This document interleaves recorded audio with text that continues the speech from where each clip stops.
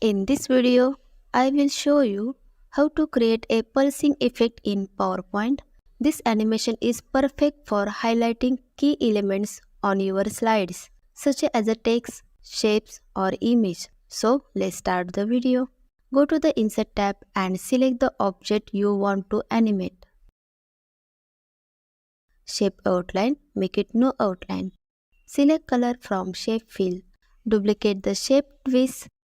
Click on object. Click on add animation. Come down. Click on emphasis effect and select pulse animation. Then OK. Go to the animation pane and select timing. Customize duration and to create a continuous pulsing effect. Under repeat, select end of slide for a continuous effect.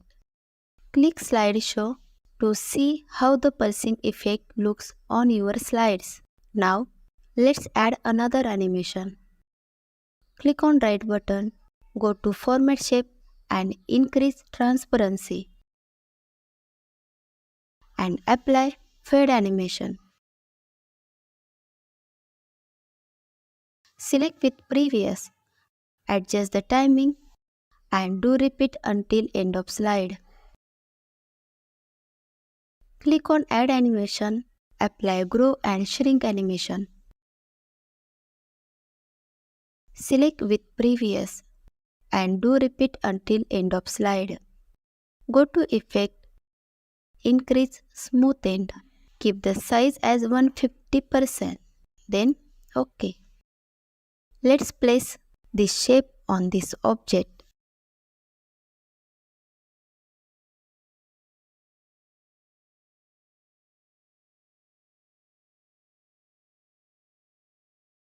You have learned how to create a pulsing effect in PowerPoint. This animation can really make your main elements pop. If you like this video, please like, share and subscribe to our channel. See you in the next video. Thank you.